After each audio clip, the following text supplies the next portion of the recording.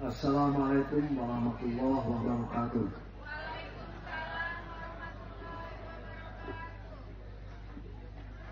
Bismillahirrahmanirrahim. Innal hamdalillah nahmaduhu wa nasta'inuhu wa nastaghfiruh wa na'udzu billahi min shururi anfusina wa sayyiati a'malina. May yahdihillahu fala mudilla lahu wa may yudlil fala hadiya lahu. Asyhadu an la ilaha illallah wa asyhadu anna Muhammadan abduhu wa rasuluhu la nabiyya ba'dah. Allahumma shalli wa sallim ala sayyidina Muhammad wa ala ali sayyidina Muhammad. Yang terhormat Bapak Pimpinan Pondok Pesantren, Bapak Dr. Kiai Haji Irfan Soleh. Yang terhormat Bapak-bapak dan ibu-ibu tamu undangan. Yang terhormat Bapak alim ulama yang ada di sekitar sini. Juga yang saya cintai, para santri di Pesantren Darul Irfan, juga para alumninya yang hadir pada hari ini. Saya sangat bangga sekali melihat penampilan pesantren yang baru umurnya 8 tahun sudah semegah ini dan sudah berkembang ini. Mudah saya ikut berdoa semoga pesantren ini semakin berkembang. Atollallahu baqa'ahu lil Islam wal muslimin. Mudah-mudahan Allah memberikan bantuan untuk memperpanjang, untuk melanggengkan pesantren ini demi kemajuan Islam dan orang Islam. Bapak-bapak dan ibu sekalian, juga para alumni yang berbahagia, saya memang pernah dihubungi oleh Bapak Pimpinan Pesantren sini untuk memberikan semacam pemikiran atau apa yang mungkin mudah-mudahan bisa bermanfaat bagi kita sekalian. Ya, gambaran saya sewaktu akan ke sini melihat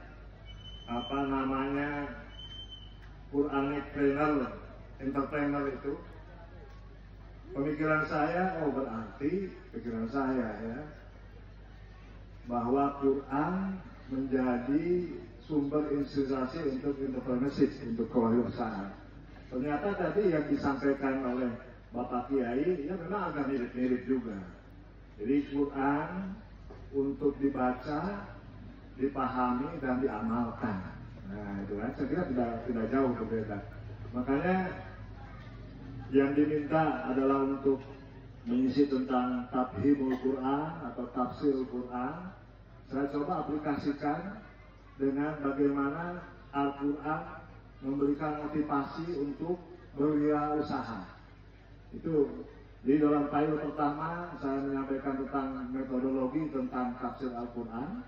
Kemudian pilot yang kedua, bagaimana Al-Quran menjadi sumber inspirasi menjadi entrepreneurship. Sebenarnya Al-Quran kan bisa menjadi sumber apa saja untuk jadi kaum sufi, sebagai cendekiawan, bisa. Jadi tergantung kita menelitinya atau dari aspek apa kita menelitinya. Ya, karena mungkin tadinya saya sampaikannya karena materi kuliah untuk 1 semester. Tapi karena waktunya kadang setengah jam, itu dia pakai ini nggak apa-apa. Jadi ya sudahlah, ini aja langsung ngobrol saja lah. Jadi kalau bercerita tentang Al-Quran, mungkin kita perlu bercerita juga tentang sejarah bagaimana Al-Quran itu turun, bagaimana Al-Quran itu ada, bagaimana penafsiran itu mulai ada. Ya, pada zaman baginda Rasulullah SAW, memang belum ada Al-Quran seperti mushaf sekarang ini. Pada masa Rasulullah memang sudah disebutkan apa yang istilahnya Jam'ul Quran. Jam'ul Quran, penghimpunan Al-Quran itu menurut para ahli dimaknai dalam 2 makna. Yang pertama adalah Jam'ul Quran fis sudur, menghimpun menghafalkan Al-Quran dalam hati-hati para sahabat. Nah, yang kedua adalah jam'ul Quran fis sutur, menghimpun Al-Quran dalam bentuk tulisan.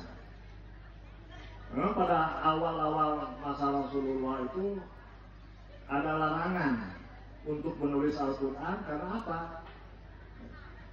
Ya, ada larangan karena memang pada waktu itu nggak usah ditulis juga kan, sudah tinggal langsung komunikasi dan sering mendengar dari Al-Quran. Dan memang hebatnya orang Arab itu kuat sekali hafalannya.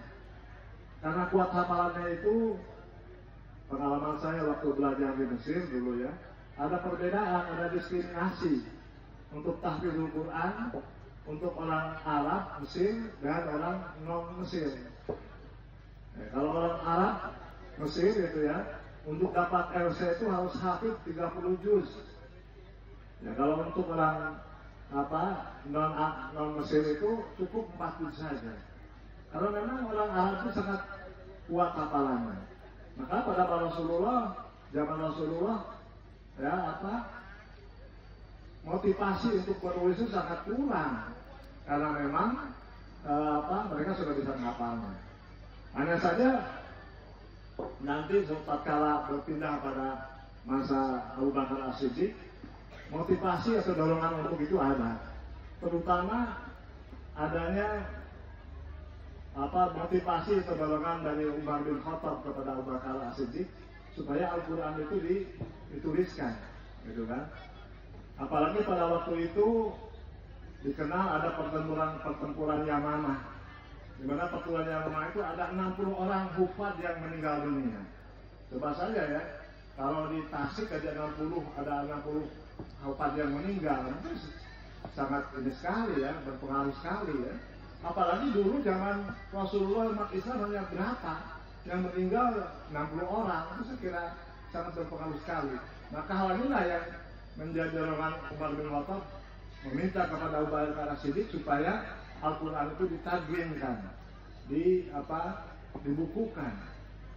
Kata Abu Bakar As-Siddiq, bagaimana saya akan mentadwin Al-Quran? Ya? Bagaimana saya bisa melaksanakan apa yang tidak dilaksanakan oleh baginda Rasulullah SAW?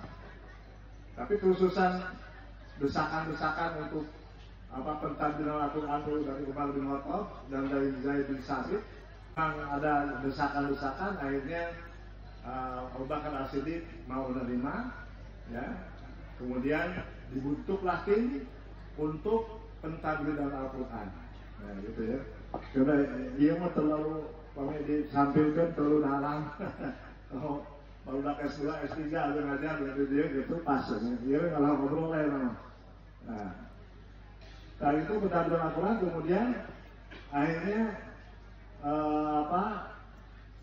Abu Bakar membentuk tim yang antara lain adalah Umar bin Khattab dan Zaid bin Sabit. Kemudian ditugaskan keduanya ini untuk menanyakan kepada para sahabat setiap pulang ataupun bubar sholat. Begitu bubar sholat, maka Umar bin Khattab dan Zaid bin Sabit berdiri di pintu, kemudian tanya kepada para sahabat, hal indaka syai'un minal Quran? Apakah kau punya hafalan dari Al-Quran? Gitu. Nah, sebutkan banyak ayatnya ya. Sebutkan ayatnya, hal indaka syahidan. Hal apa kau punya 2 saksi bahwa itu yang namanya Al-Quran punya. Nah, itu kan. Akhirnya dicatatlah oleh Zaid bin Sabit ya, dan Umar bin Khattab. Nah, jadi sebetulnya Umar bin Khattab dan Zaid bin Sabit juga ya sudah hafal. Ya. Dan demikian juga para sahabat yang datang itu kan sudah menhafal dan juga diminta 2 saksi. Ini apa fungsinya? Ini fungsinya untuk menyatakan bahwa Al-Quran itu sejak awal ditulis secara mutawatir. Nah, inilah yang menjadi yang menjadi rujukan. Kemudian demikian juga pada sahabat yang berikutnya sampai nanti pada masa Utsman, karena memang Islam sudah menyebar ke luar Jazirah Arab sehingga dibutuhkan ada mushaf yang bisa disebarluaskan ke berbagai daerah Islam. Akhirnya dibentuklah apa itu yang dinamakan Mushaf al-Imam itu. Nah dari sini maka muncullah apa karena Islam sudah menyebar keluar Jazirah Arab, maka banyaklah orang-orang non Arab, orang ajam yang ingin memahami Al-Quran itu. Nah itu ingin memahami Al-Quran. Maka yang Al-Quran secara bertahap, Al-Quran itu kan berbahasa Arab. Maka mereka belajar berbahasa Arab. Belajar bahasa Arab ternyata tidak hanya bahasa Arab saja, harus ada lagi ilmu yang lain. Maka muncullah apa balaghah dan ilmu yang lainnya yang ada dalam bahasa Arab. Dan pada waktu itulah juga pada abad 2 Hijriah, Imam At-Tabari adalah disebutkan bapak tafsir, bapak mufasir ya. Yang pertama dijuluki sebagai mufasir karena memang banyak sekali ayat Al-Quran yang ditafsirkan oleh Imam At-Tabari. Nah, pada waktu itu, pada penafsiran itu ya, penafsiran Al-Quran itu, ya, pada penafsiran Al-Quran itu hampir pada awal-awal seperti pada masa Rasulullah. Apa yang dinamakan di dalam periode tafsir itu adalah tafsir bil ra'yi, tafsir bil maksud. Tafsir bil maksud tafsir yaitu menafsirkan ayat Al-Quran dengan ayat Al-Quran. Karena memang pada waktu itu permasalahan-permasalahan sosial belum banyak bermunculan ya. Akhirnya ya yang ditambahkan oleh baginda Rasul itu masih dipakai juga pada masa sahabat dan awal-awal tadi ini. Sehingga kalau ada permasalahan ayat Al-Quran maka dicari dulu ayat Al-Quran yang apa yang ada hubungannya untuk menafsirkan itu. Nah kemudian setelah itu maka dicari kemudian adalah Al-Hadis ya gitu. Nah itu kemudian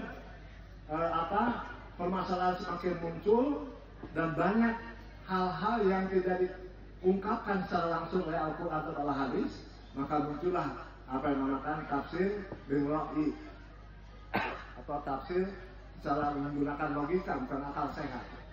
Nah itu ya. Kemudian setelah itu juga muncul apa yang dinamakan tafsir dengan pendekatan sastra. Ya.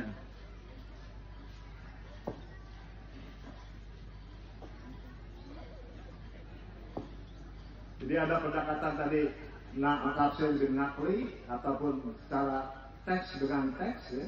Kemudian ada tafsir dengan akal pikiran. Nah, ini sebenarnya setiap ini ada contoh-contohnya ya, tapi ya secara garis besar saja. Kemudian juga ada tafsir dengan sastra. Ya, kebetulan saya sekarang dapat guru besar juga ada dalam bidang kajian Al-Quran secara sastrawi ya, tulistika Al-Quran. Dan saya juga sekarang ngajar di pesantren ya Pak Sukahideng, yaitu ngajar bahasa Arab, jadi tafsir yang pendekatan sastra. Ya.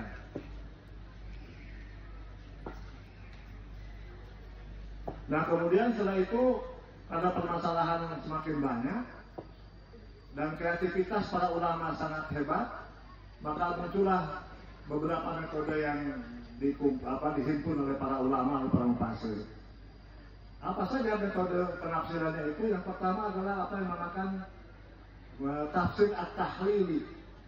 Tafsir at-tahlili ini tafsir analitik. Maksudnya tafsir analitik itu gimana? Tafsir yang menafsirkan atau para ulama yang menafsirkan Al-Quran secara runtut dari mulai Al-Fatihah sampai berurutan surat per surat sampai kepada surat An-Nas. Nah itu ya. Yang pertama ada tafsir at-tahlili. Kemudian ada lagi tafsir ijmali, tafsir secara global. Ya. Tafsir secara global ini adalah biasanya untuk para pemula. Jadi tafsir ijmali itu global itu karena memang yang ditafsirkan umumnya itu adalah hanya pemaknaan kata-kata. Jadi umpamanya yang sering kita jumpai tafsir Al-Jalalain. Ya. Dalam tafsir itu kan umpamanya kata alhamdulillah dalam surat Al-Fatihah, alhamdu ay asyukru. Nah, seperti itu. Dan itulah tahapan-tahapan untuk memahami Al-Quran, yaitu tafsir ijmali. Kemudian yang ketiga adalah tafsir al-muqarrah, tafsir komparasi. Jadi tafsir yang dibandingkan antara satu ayat dengan satu ayat yang lainnya. Jadi ada ayat yang berredaksi mirip dibandingkan, kenapa ini kok mirip? Nah, gitu kan. Kemudian yang selanjutnya ada tafsir maudhu'i. Tafsir maudhu itu tafsir tematik. Tafsir tematik jadi tafsir berdasarkan tema. Jadi kalaulah tafsir-tafsir tadi yang disebutkan adalah dengan merujuk langsung kepada Al-Quran secara berurutan gitu kan. Tapi kalau yang tafsir tematik itu adalah tafsir yang berlandaskan kepada tema apa yang akan kita bahas. Nah, gitu kan. Jadi umpamanya akan membahas tentang wanita, bagaimana pandangan Al-Quran tentang wanita. Nah, itu kan. Maka kita lihat wanita itu diungkapkan dalam bahasa Arab itu apa? Ada al-mar'ah, ada imro'ah, ada an-nisa. Kemudian kita analisis apa sebetulnya perbedaan imro'ah dan mar'ah dan an-nisa tadi dan imro'ah tadi ya. Nah, kemudian dari itu baru dilihat di dalam Al-Quran. Sekarang memang sangat dimanjakan kita ya dengan adanya internet, dengan laptop, kita bisa langsung searching saja. Umpamanya kata mar'ah ada berapa dalam Al-Quran, ada imro'ah ada berapa, an-nisa ada berapa. Kemudian dianalisis ya sesuai dengan kebutuhan kita ini. Nah ini. Ya di sini yang sekarang memang yang sangat sekedar tren apa yang dinamakan tafsir maudhu'i, tafsir tematik ya. Kita memang tadi sebagaimana diungkapkan oleh Bapak pimpinan pesantren, ini memang Al-Quran itu harus menjadi inspirasi untuk kreativitas kita. Saya sering mengungkapkan dalam berbagai kesempatan, kita ataupun umat Islam pada umumnya itu baru terpaku kepada pembacaan saja, kemudian terjemahan, tapi tidak berkelanjutan apa inspirasi atau ilmu informasi yang diperoleh yang bisa diaplikasikan dalam kehidupan sehari-hari. Nah ini ya, seperti umpama saya sewaktu mengajar tentang ilmu munasabah. Ilmu munasabah itu ilmu yang mengkaji atau mengajar keterkaitan antara satu bagian Al-Quran dengan bagian yang lainnya. Bagaimana keterkaitan antara surat Al-Fatihah dengan surat Al-Baqarah. Itu kan ya. Bagaimana keterkaitan antara akhir surat Al-Fatihah dengan awal surat Al-Baqarah. Itulah ilmu munasabah. Di samping itu juga ilmu munasabah mengkaji tentang kaitan antara satu kata dan kata yang lainnya. Jadi memang dengan ilmu-ilmu seperti ini itu semakin memperlihatkan betapa agungnya Al-Quran. Jadi Al-Quran itu agung, menjadi mukjizat, melemahkan, tidak bisa ada yang menandingi, dan itu sampai sekarang. Gitu ya. Nah seperti tadi dengan diungkapkan dengan ilmu munasabah, apa yang ditulis oleh Al-Biqai dalam Ad-Durrul Mansur kita masuk ayat al-Suhan ya. Itu Al-Biqai mengarang itu antara lain yang sangat saya tertarik ya dari kitab Al-Biqai itu umpamanya dalam menerangkan tentang ayat Al-Quran A'udzubillahi minasyaitonirrajim afala yanzuruna ilal ibili kaifa khuliqat wa ilas samai kaifa rufi'at wa ilal jibali kaifa nusibat wa ilal ardi kaifa sutihat. Fadzakir. Nah dalam hal ini Al-Biqai menjelaskan atau mempertanyakan, meneliti kenapa dalam ayat itu yang diungkapkan kok ilal ibil, unta. Kenapa tidak hewan yang lain? Seperti al-hison. Itu ya. Kemudian dari teliti-teliti ternyata Al-Quran waktu menceritakan ayat itu adalah menceritakan tentang kehidupan nomaden. Ya. Kehidupan nomaden itu adalah kehidupan nomaden yang perpindahan dari satu tempat yang subur ke tempat yang subur yang lain. Jadi kalau di satu tempat yang subur itu sudah lama, kemudian gersang, maka cari ke tempat yang lain yang lebih subur. Nah, dalam hal ini, maka orang-orang Arab memerlukan alat transportasi yang sangat efisien dan efektif dan sesuai dengan tabiat mereka yang kurang rajin lah, gitu ya, atau malas. Maka dicarilah hewan yang bisa sesuai dengan kehidupan atau sifat-sifat mereka itu, yaitu adalah al-ibil. Karena kalau ibil itu kan cukup kalau ada tempat ataupun ada sungai, ada danau atau apa ya, yang banyak airnya, suruh minum saja, sudah itu bisa melakukan perjalanan berpuluh-puluh kilo sampai ratusan kilo. Tapi kalau kuda kan tidak bisa. Nah, jika ya ini yang sangat sesuai dengan tabiat mereka. Malah dalam di Alas ya, kalangan Philip Tahiti itu disebutkan bahwa pada waktu itu orang Arab sudah mengenal apa yang dinamakan sampo. Nah, kata Philip Tahiti itu ya. Bagaimana sampo itu? Ya, sampo itu antara lain, jadi kalau mereka kan dari dulu sampai sekarang ya, di Arab itu kan penuh dengan atau banyak dengan debu. Nah, kalau memang banyak debu, ya, maka perlu dicuci rambutnya itu. Nah, samponya tuh pada waktu itu menurut Philip Tahiti, orang Arab itu adalah, maaf ya, itu yaitu dengan kencing air unta. Nah, jadi samponya waktu itulah kencing air unta. Diri ibu-ibu tempat santannya mengatakan Jogja, itu ayam itu bilang lokal, itu ayam unta sebenarnya. Beliau percaya di sampo tuh kencing unta mangga itu. Itu disebabkan dengan Philip seperti itu. Itulah. Jadi orang Arab sejak dulu sudah mengenal tentang sampo itu. Jadi unta itu kan sangat efisien, sangat mudah dipeliharanya dan bisa kuat untuk dibawa kemana-mana. Maka dipilihlah Idal Ibili Kaifa Khuliqat. Di sini kan Kaifa Khuliqat ini ternyata kita orang Indonesia atau orang Islam pada umumnya hanya sampai kepada bagaimana unta itu diciptakan, dan itu selesai. Nah, tapi oleh orang-orang Barat, saya lihat di dalam beberapa jurnal itu diteliti kenapa disebutkan Kaifa Khuliqat. Unta itu, akhirnya diteliti unta itu kakinya itu mengandung unsur apa. Ya, itu kan dibawa ke lab, ternyata mengandung ini apa disebutkannya, istilah kimianya, kemudian diterapkanlah untuk memproduk ban mobil, sehingga dapatlah ada ban mobil yang sangat kuat sekali karena unsur-unsurnya diambil dari unsur yang dari unta itu. Nah, ini yang perlunya umat Islam itu menunjukkan ke sana. Jadi tidak hanya dibaca saja Kaifa Khuliqat, tapi juga gimana diaplikasikan Kaifa Khuliqat itu untuk dalam kehidupan sehari-hari. Benar-benar. Nah, teman, biasa teman.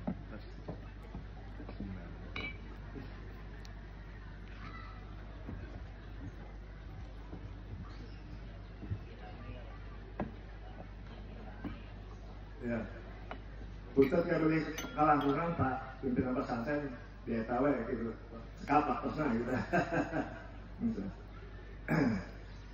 Jadi Kaifa Khuliqat bakal diciptakan gitu kan. Jadi bagaimana unta diciptakan, ternyata oleh orang Barat Kaifa Khuliqat bakal diciptakan itu diteliti benar, dapat mengandung unsur apa dalam unta itu. Setelah diketahui unsur-unsur apa yang ditemukan, diaplikasikan untuk membuat ban mobil yang memang sekuat unta itu sendiri. Nah, ini yang banyak sebetulnya inspirasi dalam Al-Quran yang kita harus dalami secara mendalam apa itu. Kemudian kan dalam Al-Quran dalam Ibri Kaifa wa ilas sana'i kaifa ruqyat. Kenapa ilas sana'i kaifa ruqyat? Karena orang nomaden pada tempo dulu itu kalau akan melihat, ingin mengetahui di mana tempat yang subur, itu dengan melihat ke langit, dengan melihat benda-benda langit, bintang dan sebagainya. Nah, di sana bisa menunjukkan bintang-bintang itu banyak daerah mana yang subur. Makanya Al-Quran wa ilas sama'i kaifa ruqyat. Nah, gitu ya. Wa ilas sama'i. Akhirnya kan dibawa unta melihat ke langit, sebelah sana yang subur. Jadi ikutilah. Nah, diikuti, di sini ternyata ada yang subur. Waktu subur ya sudah berhenti, karena memang sudah diketahui ada tempat yang subur, ya. Nah, kemudian kan perlu untuk berlindung, perlu rumah dan sebagainya. Nah, untuk rumah dan tempat berlindung pada waktu itu adalah rumahnya itu di gunung-gunung. Makanya ewa ilal jibali kaifa musibah. Nah, itu ya. Ilal jibali kaifa musibah. Nah, ini ya sampai sekarang masih ada sebagian orang-orang Badawi ya, yang ada di pedalaman-pedalaman yang masih tinggal di pegunungan gunung itu. Nah, kemudian bercocok tanam sebagainya. Kalau memang sudah tidak subur lagi, cari lagi tanah yang lain. Makanya ilal ardi kaifa sutihat, bagaimana bumi itu dihantarkan. Nah, inilah ilmu munasabah yang ada dalam Al-Quran itu. Di samping itu ilmu munasabah, di samping untuk membuktikan bahwasanya dalam Al-Quran ada keterikatan satu sama lain. Karena kan para penulis dari Barat terutama banyak mengkritisi. Jadi bahwa Al-Quran itu kan tidak sistematis. Karena kan memang lihat pandangannya kan dengan pandangan yang sekarang. Kalau menulis disertasi itu kan ada mukadimahnya, ada bab 1, bab 2, bab 3. Ayat Al-Quran dan ya sistemnya Al-Quran seperti itu. Ternyata dengan diteliti dan munasabah ada korelasinya, ada munasabahnya gitu kan. Jadi memang dalam Al-Quran kadang-kadang dalam menceritakan kisah Nabi Yusuf, ternyata menceritakan juga tentang keesaan Allah, tentang hari kiamat dan sebagainya. Karena memang ya Al-Quran itu kan hudan linnas, petunjuk. Jadi bukan untuk satu faktor, satu segi saja, tapi untuk berbagai macam. Ya itu ya. Jadi tadi tentang ilmu munasabah, kemudian sudah singkat karena ini waktunya sudah 30 menit. Katanya Pak Tia 30 menit. Jadi untuk ilmu untuk langkah-langkah tafsir tematik yang sekarang sedang banyak digunakan, terutama di perguruan tinggi untuk penelitian-penelitian. Bagaimana langkah-langkah tafsir tematik itu? Yang pertama adalah mencari maudhu atau judul. Nah, judul yang akan teliti itu apa? Ya seperti tadi saya praktekkan juga di sini karena memang saya kira akan waktu yang cukup. Itu tentang entrepreneurship. Ya dalam Al-Quran tidak ada entrepreneurship. Kata entrepreneur itu tidak ada. Kemudian cari istilahnya kewirausahaan tidak ada. Nah, cari kosakata yang agak merujuk ke sana. Jadi umpamanya kata amilaya amalu. Nah dari kata amilaya amalu itu saya sudah praktekkan ada 100 berapa ayat yang menunjukkan kepada itu. Nah itu kan. Jadi pertama tadi mencari temanya dulu, kemudian mengumpulkan ayat-ayat Quran yang membicarakan judul itu. Jadi carilah Al-Quran yang kedua dengan pekerjaan itu apa. Nah gitu kan. Kemudian setelah itu menertibkan urutan ayat tersebut sesuai dengan tertib turunnya. Ini terutama sangat berguna dicari tertibnya itu adalah untuk kalau ada hubungannya dengan hukum, ya. Jadi mana ayat yang datang kemudian adalah menghapuskan hukum yang datang yang sesudahnya. Untuk tertib hukum. Kemudian menjelaskan munasabah, interkoneksi. Nah, saudara seperti tadi yang saya katakan, interkoneksi antara ayat-ayat itu, ya, dengan ayat yang sebelumnya, dengan ayat yang sesudahnya. Yang selanjutnya adalah berusaha menyempurnakan pembahasan judul topik tersebut dengan dibagi dalam beberapa bagian. Nah, nanti saya lihat dalam file ini yang satu lagi. Yang kedua, ya melengkapi penjelasannya dengan hadis-hadis. Kemudian yang selanjutnya mempelajari ayat-ayat itu, topik itu secara sektoral. Dan kemudian yang terakhirnya adalah menyimpulkan. Ini yang untuk file mana tadi Pak? File yang satu lagi mana? Saya sepintas ya. Ya.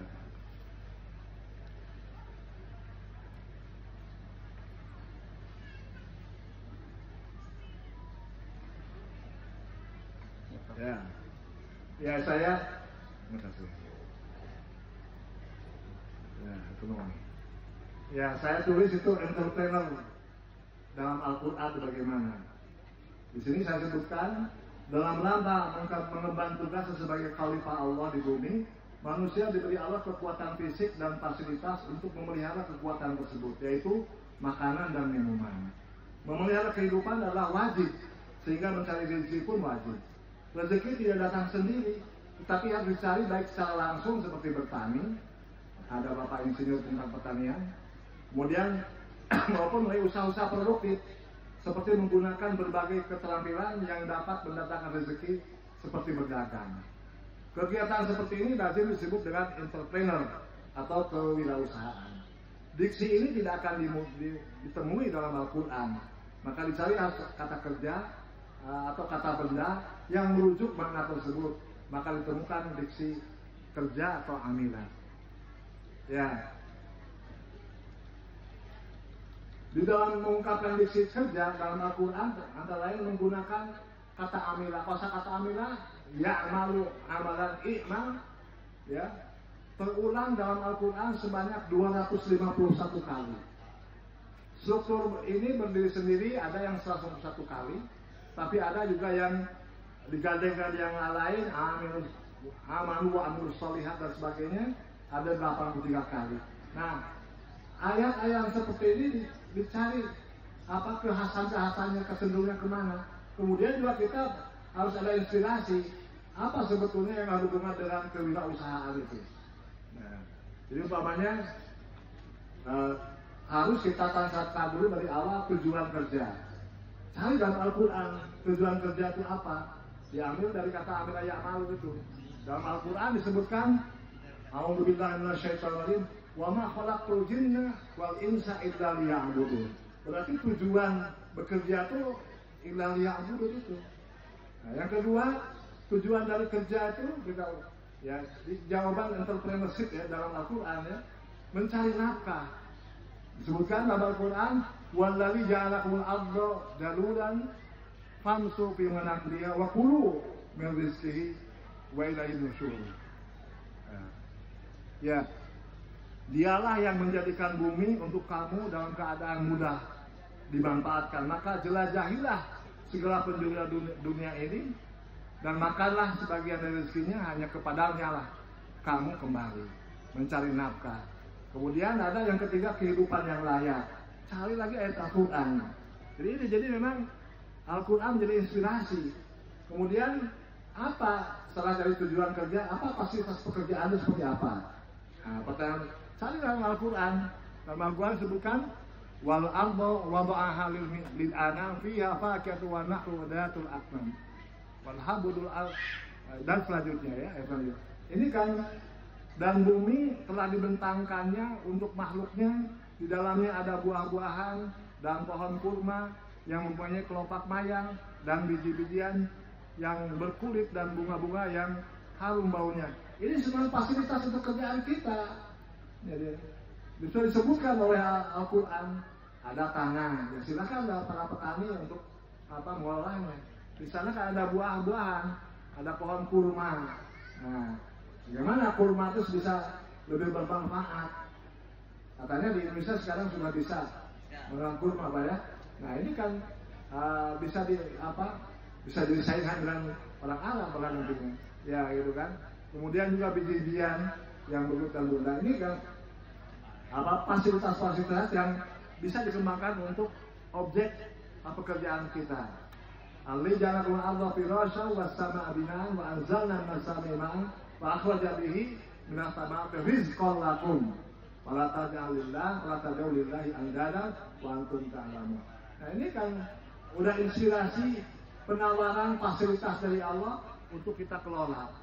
Kemudian dari ayat-ayat tentang amilah itu ditemukan tentang urgen beberapa kelompok. Oh, ini perlu dicarikan urgensi kerja. Kepentingan bekerja itu apa? Yaitu untuk menjaga kelangsungan hidup. Dalam Al-Qurannya ada, nah itu kan. Nah, kemudian ada meningkatkan kualitas hidup. Ada lagi meningkatkan status sosial dan harkat. Ada ini semua ada ayat Al-Qurannya dari kata amilah itu, ya. Dan beberapa kosakata yang merujuk kepada makna pekerjaan, tapi yang paling dominan adalah amilah. Jadi saya pernah ditanyakan tentang Bagaimana tentang politik dalam Al-Quran? Ya kata siasat itu memang tidak ada. Politik kan dalam Al-Quran ada siasat. Tapi hal yang berhubung kepada siasat itu apa? Kalau dalam politik itu kan perlu ada musyawarah. Oh berarti wasyawirhum fil amri. Nah, ada keadilan, dulu wa aqrabul taqwa. Jadi itu jadi tidak memang Al-Quran diusahakan memang harus menjawab segala tuntutan zaman dan makan, gitu ya. Jadi memenuhi perintah dan tuntutan agama. Kemudian persatuan dalam bekerja. Kita kan bekerja tidak salah-salah. Islam menyuruhnya untuk bekerja keras. Nah, ya. Wa idza qulatu shalat fantasiru fil ardi wabtaghu min fadlillah. Tapi wadhkurullaha katsiran la'allakum tuflihun. Nah, gitu ya. Kemudian bekerja dengan sungguh-sungguh. Ini semua inspirasi dari ayat Al-Quran. Bekerja harus optimal. Mencari rezeki halal adalah wajib. Berpagi-pagi dalam mencari rezeki. Ini mencari rezeki itu jangan berpagi-pagi, maksudnya jangan malas ya. Ya ini. Kemudian yang selanjutnya, kelelahan dalam mencari rezeki akan mendapat ampunan dari Allah. Tidak boleh malas bekerja. Kemudian etos kerja. Nah ya, etos kerja. Dalam Islam etos kerja adalah semangat atau motivasi kerja yang dilandasi semangat beribadah kepada Allah. Jadi kerja tidak sekadar memenuhi kebutuhan duniawi, melainkan juga untuk pengabdian kepada Allah. Itu subhanallah ya. Wa ana lil insani illa ma sa'a wa ana sa'yahu sawfa yura. Ya.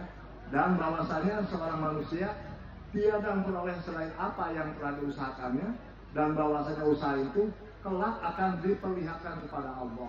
Nah, itu ya. Kemudian ciri-ciri etos kerja itu apa? Ciri-ciri etos kerja itu orientasinya ke depan. Nah, ya ayyuhalladzina amanu taqullaha wal yandur wal tandur nafsum ma qaddamat lighad. Jadi ini inspirasi dari Al-Quran, sudah ada semua. Wahai orang-orang yang beriman, bertakwalah kepada Allah, dan hendaklah setiap orang memperhatikan apa yang telah diperbuatnya untuk hari esok. Makanya ya, masalah manajemen, planning dan sebagainya, evaluatif dan sebagainya itu ya dari ini, ya Al-Quran sudah ada. Ya, kemudian kerja keras. Ya, bukan keras dulu baru kerja ya, tapi kerja keras. Kemudian menghargai waktu, selesai betul. Yang bagi waktu saya terus ngerelek. Saya terasa masih solok ya, insya Allah. Mana? Iya datos disangatkan ke Pak Kiai di dia Bang Awe boleh diperbanyak. Mudah-mudahan saya manfaatkan kalau saya. Aku kan anu kasuhun bagi wakos katanya. Siguring insya Allah lah. Nggak sering ngalangkung bagi boleh ke Jogja teh.